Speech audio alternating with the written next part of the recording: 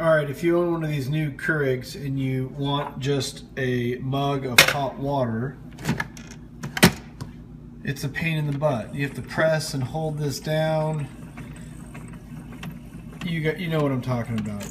Oh, that's it. Oh, now it has to reset because I lift my finger up. Well, just take one of your old coffee things, cut the bottom of it off, clean it out. No big deal, it's got the hole in it, just close it. Yeah, I want hot water. It's going to give you whatever, 8 ounces, whatever, 10 ounces. You don't have to sit there and hold the button anymore. Total fail on Keurig on their design of this machine. But that's one workaround. Kind of nice way to just get a hot mug of water. See ya.